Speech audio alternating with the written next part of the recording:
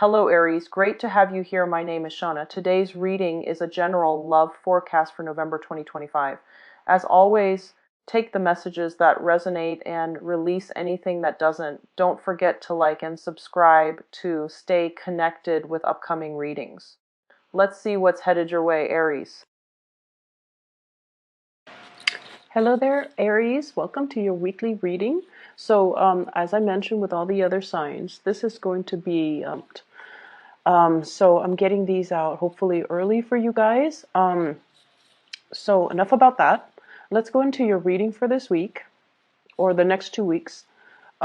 First of all, when I was shuffling out the cards, I see this bell and it's huge. It's a really big golden bell, and it has like a little bit of a stand. So it's kind of hanging on this stand. And I see mountains on either side of it, and somebody comes up and rings the bell, like they pull a string, and then the bell kind of I guess wobbles back and forth, and then it makes a ringing sound, a huge ringing sound, and then it zooms out, and there's like the ocean, and I see a bunch of dolphins just kind of gliding across the water going towards the bells. So that's the message, that's the image that I was getting. And instinctively, the message that I got was, dolphins are really, really smart animals, and they know how to communicate with each other.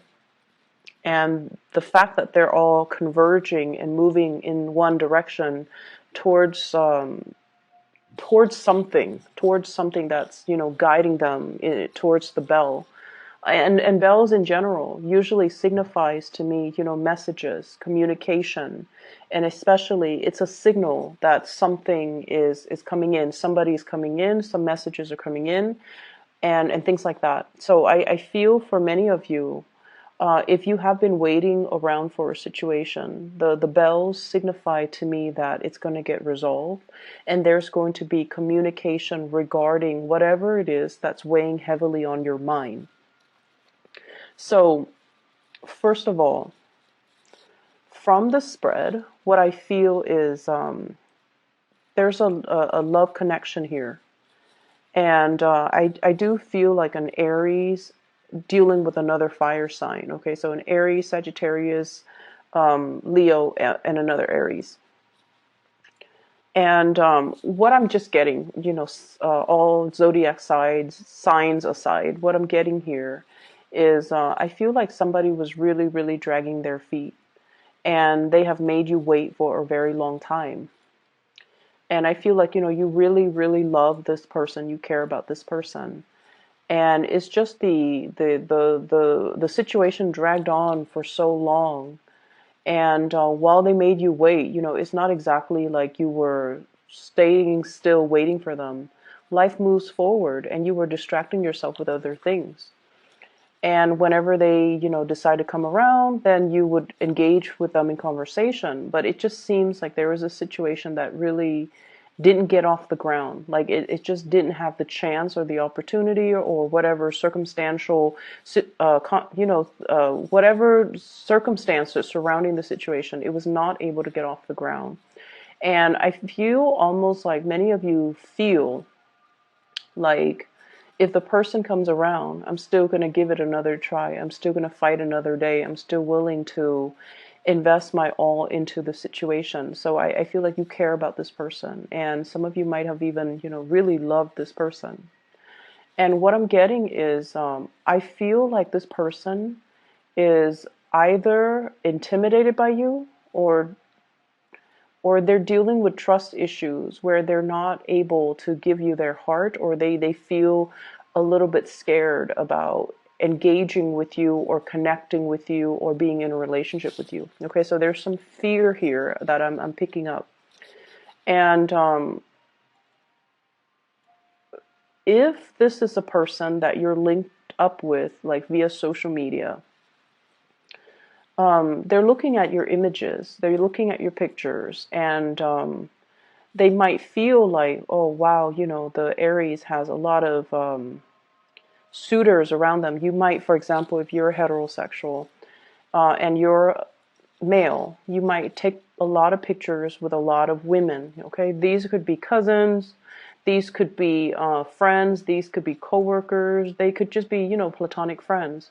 But without the context, without knowing your personal life, and someone just scrolls through your social media and they see all these pictures of you and the opposite gender, and they could jump to conclusions and think that you are not available, you're dating somebody, or you're dating a lot of people, or you're just, you know, um, you're just dealing with a lot of people. So that's why they're a little bit skittish, okay? I'm also seeing some men. So for those of you who are women and you are dating men, I'm seeing some of the men looking at your social media, and I feel something like there's a very provocative energy. So I don't know if you are taking pictures that are a little bit provocative, like you're not wearing a lot of clothes, or you're wearing, like, plunging necklines, and they're looking at that, and I feel almost like they're just kind of shocked. Okay, like they didn't expect that. I'm also seeing that for them. So if you're female dating men, the men are looking at your profiles or looking at your pictures, and I'm seeing a lot of chest. Like bearing your chest or wearing clothes that are very revealing when it comes to cleavage, when it comes to things like that. And so it might be a little bit of a turnoff to them. I'm not saying not to do it. You do whatever rocks your boat. But I feel like if you're dealing with somebody and they're just kind of very distant, or, after they connect with you via social media, they became a little bit distant, it's because I feel like they are very modest. I'm seeing somebody who is a little bit more conservative, a little bit more modest when it comes to their bodies, when it comes to, sexuality, when it comes to like what to reveal to the public. So for example, they might even think that, wearing a bikini and showing that to the world is not appropriate. So that's how modest they are. Or they might even feel like, showing a lot of legs, or showing a lot of cleavage, or showing a lot of arms, like whatever it is, I feel like there's something about somebody looking at pictures of you, and then being a little bit kind of like, oh, I'm not really sure if that's appropriate. So that's what I'm getting. Then I also feel like if you're posting pictures with a lot of other people, they might hesitate, and they might even think that you're, not. They might even feel like you're not single, and so they might not want to pursue things. This person is quite a catch in your eyes. I feel like you really like this person, and you like the fact that they're very serious minded, is what I'm getting. Like they're all about, they communicate very well. I feel like they're intelligent. They're very self-sufficient. They're very financially stable. They're a good person. Like it would be, somebody that you want to take home to meet the parents. You want to bring around your siblings. You wouldn't mind bringing around your kids. Like it's someone who's very solid, who's family oriented. There's a sense of modesty about them that you find very refreshing. And I feel like this person is a very good catch. And that's why you're just like, if they engage with me, if they show me their intentions, or if they come back, then I definitely would give it another go. But in the meantime, I definitely feel like, you're not keeping yourself stuck just waiting in suspension for this person to make up their mind. So there is a slowness here. It can be a little bit frustrating. And I also feel like, if someone makes you wait for so long and they're not giving you like clear, concise messages, or clear and concise direction or intentions, it can feel like the love is starting to kind of trickle out. Okay. It's like it's running low on love, it's running low on passion. But I feel like you're still willing to give this another go. Um, I'm also feeling as well, for some of you, especially if you shared children with, an ex. Um, there are situations here where I feel my advice for you is, don't be on the defensive when communicating with the ex. Don't be on the defensive when trying to split up responsibilities. For example, the child, your child might want to kind of work out the details, and I would say early on, and then stick to them. So, don't wait until the last minute to try to scramble and try to figure out what to do, because by that time I feel like you would have already, like invited guests or planned something, and then they kind of put a little bit of a wrench in the works when it comes to your plans. Okay, so I do see co-parenting issues coming into the picture, especially if you have children under the age of 10. I feel like it can be a source of contention between you and another person. I almost feel as well, there could be, you and an ex that chipping in. So this is a smooth energy, chipping in to get something very expensive for the children. Okay, so that's like compromising. Somebody might say, the child might need this really expensive item, and you're just like, I don't think that's a good idea, because you're like, they don't need it. They're too young for that. But I feel like there's going to be a compromise reach. Okay, so either way, it's going to be smooth out. So, once again, don't be on the defensive.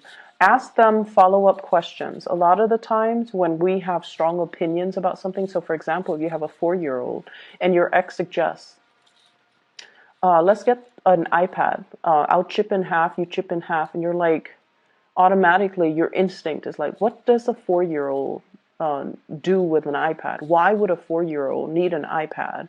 Why would someone even suggest that a 4-year-old gets an iPad? And so your defenses or your thoughts are overriding, just that your emotions pretty much. And I feel like the way that you ask the question, like what are you thinking? Um, Ask them follow-up questions.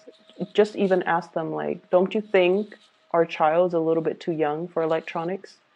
Or I'd rather not have my child be distracted with electronics. I'd rather, them play outside, or, we spend more time with them doing arts and crafts and things like that. So verbalize things. Don't jump to conclusions. Just hear the other side out, okay? And we have to really practice doing that. A lot of the times we have really strong opinions about certain things, the way things should be or should not be. And when somebody kind of puts that into question, I feel like we tend to cut them off or cut off that line of inquiry, when in fact we should explore. Why do you think it's so? Or why do you think, the child needs that? Or why do you think that's a good idea? So ask follow-up questions. And I feel like you're going to arrive at a different way of thinking, or you're going to at least understand where they're coming from. Okay, so I feel there's an element here where we kind of need to let our guard down when we communicate, so that we don't jump to conclusions, don't automatically assume the worst, or, don't, I guess, like, impose ourselves in that situation and not let the other person have their say, or not hear the other person's point of view. Okay, so as a generic message, it just signifies to me that compromise is going to be important. Um, what I feel as well is there's going to be, I see like a lot of people with extended families. You might, for example, your parents might be divorced as well. And, mom has a new family, dad has a new family.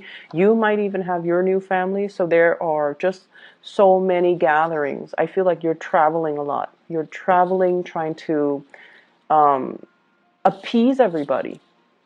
I don't see you doing it in a stressful manner. I feel like it's well planned out. So I don't see you, like going to mom's at 2 and then scrambling to get to dad's family at 5. I don't see that.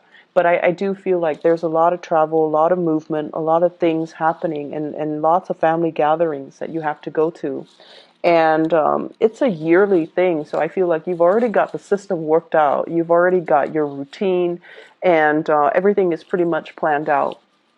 So I definitely see like generations, at least 3 generations, grandparents. there might be the grandparents, the parents, and then you, or you might have your own children. So it's the children, you, and then your parents. But I see like lots of different households. Lots of different households. So once again, that message with the bell makes sense because it's calling all the dolphins to come to one location. So it's like, this is where we meet. This is the meeting point, and this is the agreed upon location. But I see them swimming, so they're moving across, long distance too, long distances in order to be there, in order to be at this exact location at that specific time when the bells ring. The other thing I'm sensing as well in this spread is for those of you who are single, there is definitely, oh, there's definitely somebody who's very, very, very attracted to you. Okay, so for those who are single, what I have here is a really, really attractive man. So I'm feeling like there's an attractive man. Well, he shows up here as the King of Wands. Once again, the cards can be, either gender. But look at this guy. He's really, really attractive. He's very attractive. And the energy that I pick up from this man, the energy I pick up from this person is that they're really looking at you, like they're checking you out. They're looking at you with a lot of inappropriate thoughts. Okay, so like they like what they see. They definitely want to be intimate with you. That's what I'm feeling. So let me just try to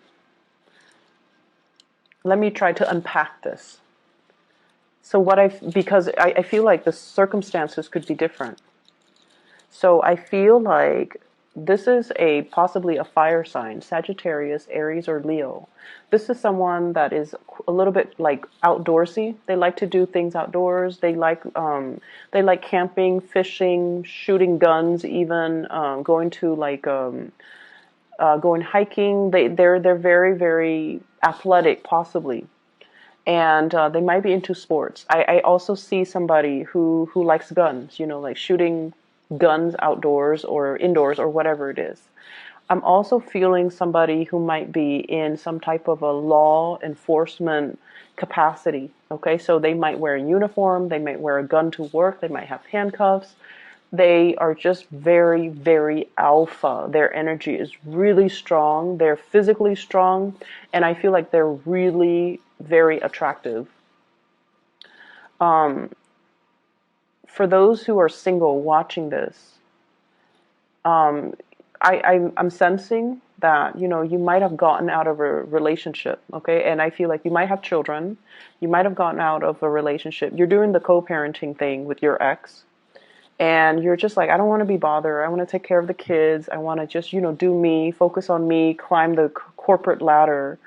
I feel you guys are dressed really, really nice. So I'm seeing people wearing suits. I'm seeing people like you guys, Aries. I'm seeing people wearing suits, wearing silk blouses, high heels. Like you work in an environment that is also very corporate. Okay.